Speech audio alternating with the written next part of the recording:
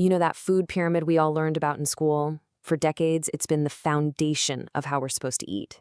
Well, what if I told you that for the first time ever, that advice just got a massive, radical overhaul? Okay, let's get right into this huge shift in our dietary guidelines. This quote really says it all, doesn't it? This isn't some small adjustment like changing a few serving sizes. Nope. This is a complete 180, a fundamental rethinking of everything we've been told about food for the last 40 years.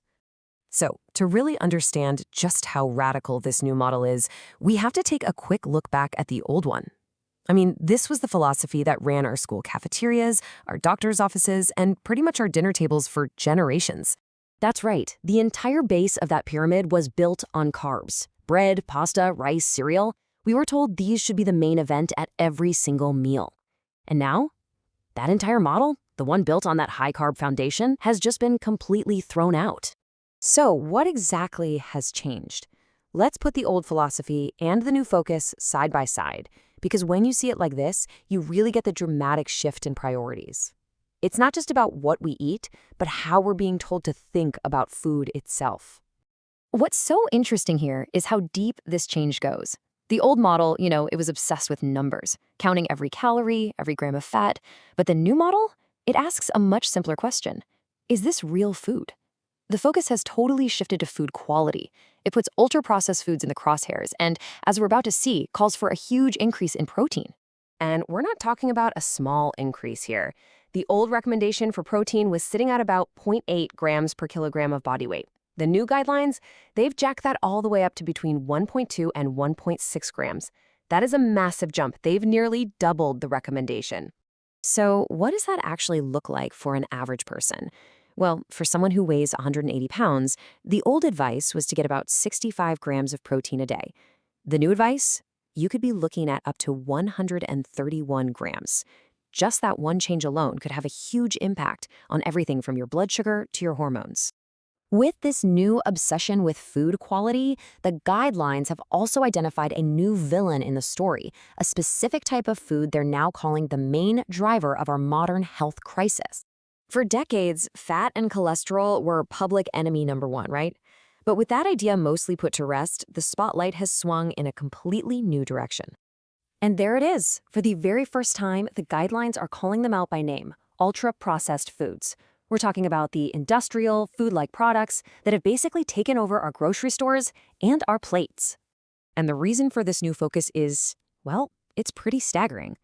These new documents connect ultra-processed foods to 90% of chronic diseases. Things like obesity, type 2 diabetes, fatty liver disease, you name it. It seems like the free pass these food companies have had for decades might finally be over. This brings us to a really fundamental question. What even is food? You see, legally, a toaster pastry is food because, well, you can eat it and it can sit on a shelf forever.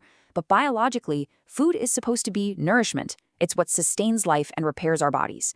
These ultra-processed products, they check the legal box, but they often completely fail the biological one. And this slide just illustrates the point perfectly. These are the kinds of ingredients that make something ultra-processed. Things like modified cornstarch or maltodextrin, which you can find in sugar-free foods, but can actually spike your blood sugar more than table sugar. These are the industrial fillers that are now being targeted. Now, while this is a massive step in the right direction, no doubt about it, there is still a huge piece of the puzzle missing. Even with this revolutionary update, the guidelines kind of failed to name the underlying problem, the actual mechanism behind so many of these diseases. By targeting ultra-processed foods, the guidelines are treating a major symptom, which is great, but they still don't name the actual root cause, a condition that's become an epidemic called insulin resistance. You can read the entire new report, and you won't find the words insulin resistance even once. That's a huge omission. It's when your body stops responding correctly to the hormone that controls your blood sugar. They also don't touch on things like meal timing or fasting, which are critical for metabolic health. And, you can see, they're still clinging to some old ideas, like putting a cap on saturated fat. So why leave out insulin resistance? The source material suggests a pretty simple reason. It would be a massive admission of guilt. It would be like acknowledging that their previous advice wasn't just wrong, it was actually part of the problem. I mean, this timeline really puts it all into perspective. For decades, we were told to eat a high-carb diet, the very diet that we now know can lead to insulin resistance. Then, in 2015, they just quietly dropped the limits on cholesterol. No big press conference, no apology. So, to now turn around and admit that insulin resistance is the core issue would be to admit that the advice they gave for 40 years was a major cause of it. So after this historic reversal, and considering what's still missing, what are the key takeaways? What does this all mean for our health and really for the future of our entire food system? Well, it really boils down to a simple three-step approach you can use. First, prioritize high-quality protein.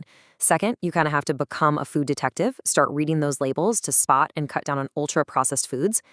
And third, remember these guidelines still have blind spots, so it's worth learning about things like insulin resistance and meal timing for yourself. And let's be real, putting this new advice into practice is a monumental task. Over half of the calories we eat come from these very ultra-processed foods. Our entire food supply chain, from the farm to the factory to the grocery store, is built to make and sell this stuff cheaply and efficiently. Trying to rewire that whole system is going to be a massive undertaking. Which leaves us with a final and pretty critical question. The official advice has finally flipped, and that could be a huge turning point for public health. But with a global industry literally built on the old model, can our food system actually change with it? That right there remains to be seen.